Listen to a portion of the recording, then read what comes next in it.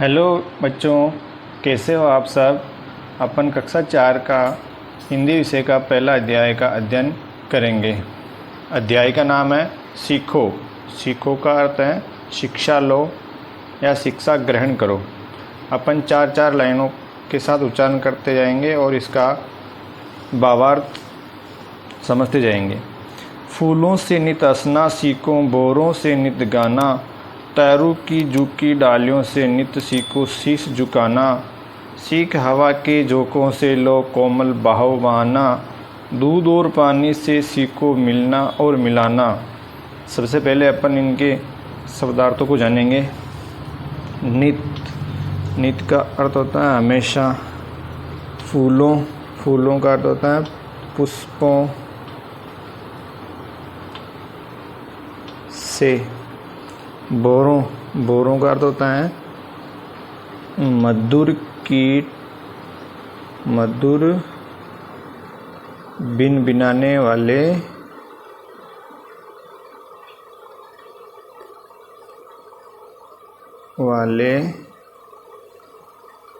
कीट। तरु, तरु का अर्थ होता है वृक्ष। शीश, शीश का अर्थ होता है सिर। ठीक है बच्चों। फूलों से नित हंसना सीखो, यानी फूलों से अपने को हमेशा हंसना सीखना चाहिए। बोरों से नित गाना, बोरों से हम हमेशा अपने को गाना सीखना चाहिए। तरू की झुकी डालियों से नित्य सीखो शीश झुकाना, यानी वृक्ष की झुकी डालियों से अपने को विनम्रता सीखनी चाहिए। जैसे पेड़ की डालियाँ पर फल लगने पर डालियाँ झुक जाती हैं, वैसे ही गुणी आदमी को भी नम्र होना चाहिए। सीख हवा के झोंकों से लो कोमल बहाव बहाना, यानी हवा के लहरों से अपने को कोमल और मधुर बहाव की प्रेरणा लेनी चाहिए। दूध और पानी से सीखो मिलना और मिलाना, यानी दूध और पानी की तरह हमें मिलजुल कर रहना चाहिए। अब अपन 4 लाइन अगली वाली पढ़ेंगे। सूरज की किरणों से सीखो जगना और जगाना, लता और पेड़ों से सीखो सबको गले लगाना, वर्षा की बूंदों से सीखो सबसे प्रेम बढ़ाना, मेहंदी से सीखो सभी पर अपना रंग चढ़ाना। सबसे पहले अपन शब्दार्थ जानेंगे। सूरज, सूर्य। लता का अर्थ होता है बेल। प्रेम का अर्थ होता है स्नेह। ठीक है, यानी सूरज की किरणों से सीखो जगना और जगाना, यानी सूर्य की किरणों से अपने को स्वयं को जगाना और दूसरों को भी जगाओ, ये सीखना चाहिए अपने को। और लता और पेड़ों से सीखो सबको गले लगाना, यानी वृक्ष और बेल से अपने को सबको गले लगाना या सबको अपनाना चाहिए। वर्षा की बूंदों से सीखो सबसे प्रेम बढ़ाना, यानी बारिश की बूंदें हमेशा सबसे प्रेम भावना बढ़ाना सिखाती हैं। मेहंदी से सीखो सभी पर अपना रंग चढ़ाना, यानी मेहंदी हमें सिखाती कि सभी के साथ रहते हुए अपने गुणों से दूसरों को प्रभावित करना। मछली से सीखो स्वदेश के लिए तड़प कर मरना, पतझड़ के पेड़ों से सीखो दुख में धीरज धरना, पृथ्वी से सीखो प्राणी की सच्ची सेवा करना, दीपक से सीखो जितना हो सके अंधेरा हरना, जलधारा से सीखो जीवन पथ पर बढ़ना, और धुएं से सीखो हरदम ऊंचे ही पर चढ़ना। सबसे पहले अपन अर्थ जानेंगे शब्दों का। स्वदेश, स्वदेश का अर्थ होता है अपना देश। प्राणी, प्राणी का अर्थ होता है जीव। हरदम, हरदम का अर्थ होता है हमेशा। हरना का अर्थ होता है दूर।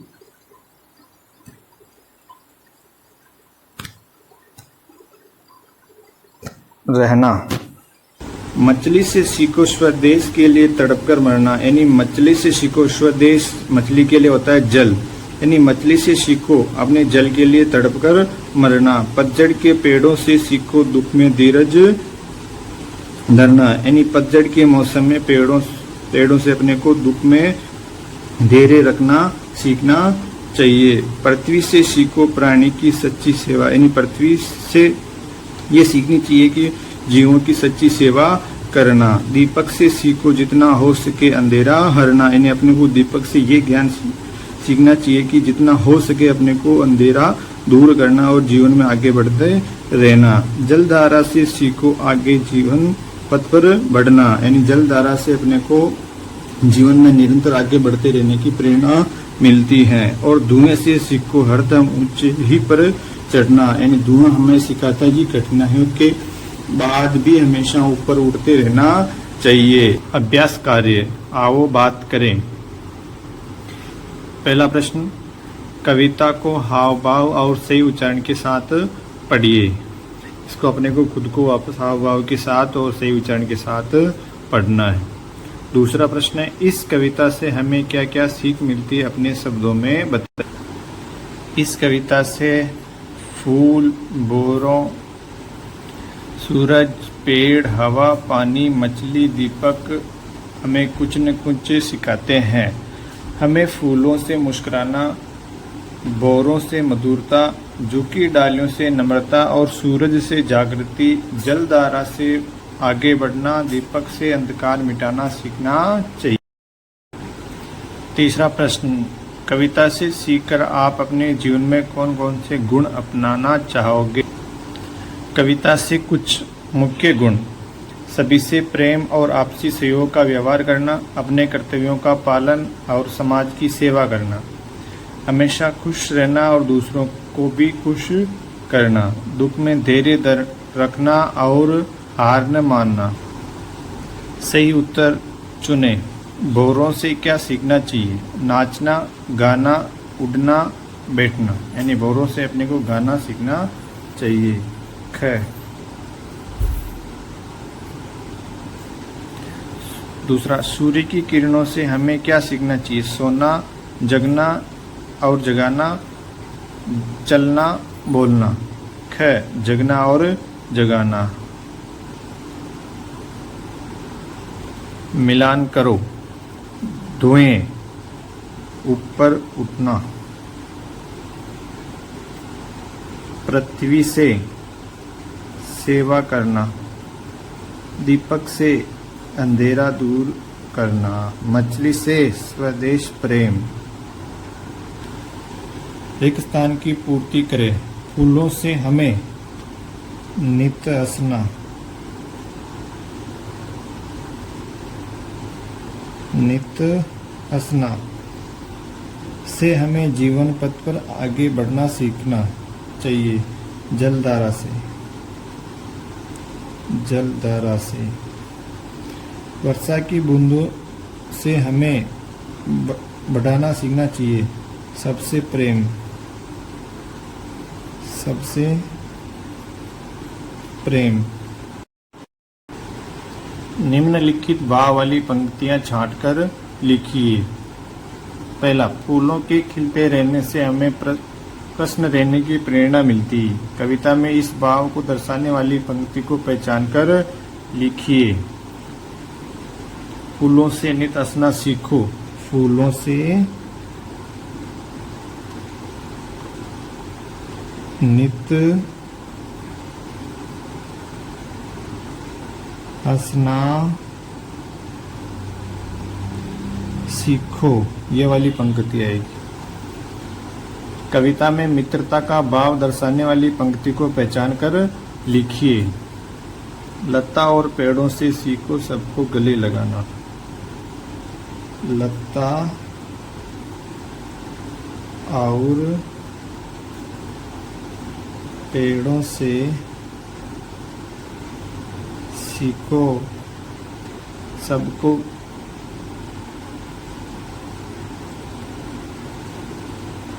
गले लगाना। अगर आपको प्रकृति से कुछ सीखना हो तो आप किन किन चीज़ों से क्या क्या सीखेंगे लिखिए।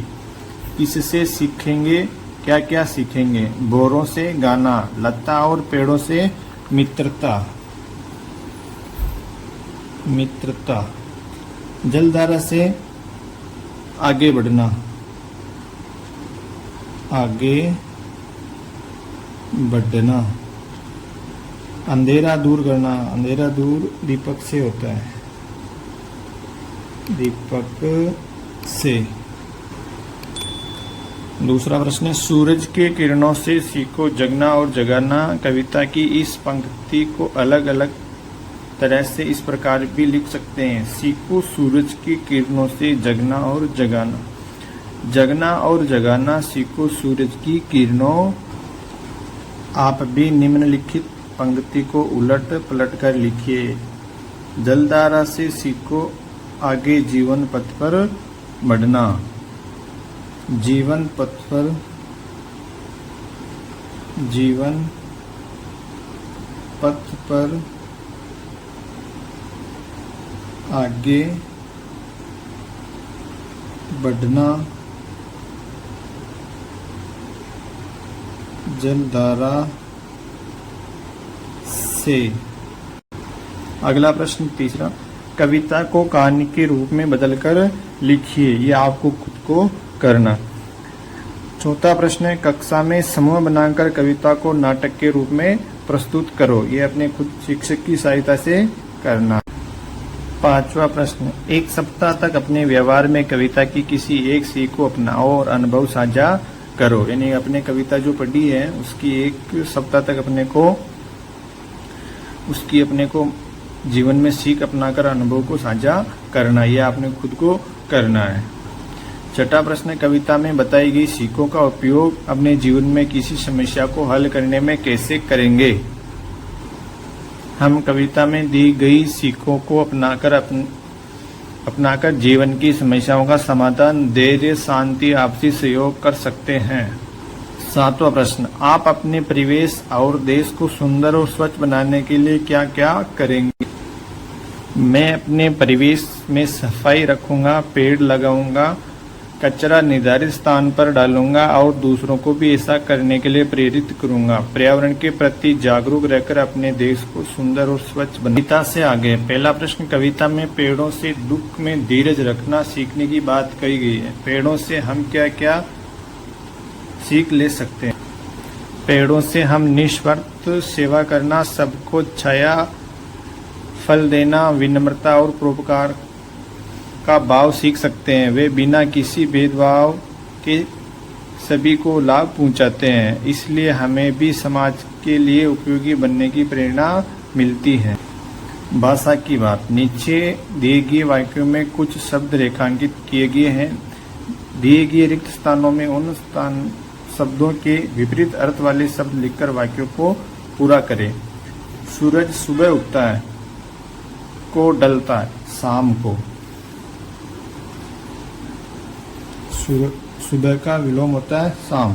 मीना बहुत मेहनती एवं राहुल मेहनती का होता है आलसी, आलसी। हमें अपने इरादे कच्चे नहीं बल्कि पक्के रखने चाहिए। अच्छे स्वास्थ्य के लिए प्रश्न लेना, न कि दुखी। दूसरा प्रश्न, कविता में से 5 क्रिया शब्द छांटकर उनसे वाक्य बनाओ। पहला शब्द हरना, सभी को एक दूसरे के दुख दर्द हरना चाहिए। दूसरा लगाना, हमें पेड़ पौधे लगाना है। तीसरा मिलना, हमें एक दूसरे से प्रेम से मिलना चाहिए। चौथा जगना, सुबह जल्दी जगना चाहिए। पांचवा मरना, हमें देश प्रेम में मरना चाहिए। शब्दों के वर्णों को आपस में बदलकर उनके अर्थ का पता लगाएं। जैसे लता, ताल, ताल का मतलब तालाब। मन, नम, नम यानी गीला। रत, इसका उल्टा होता है तर, तर का अर्थ होता है शीतल। ताप, ताप का उल्टा होता है पता। किसी का स्थान।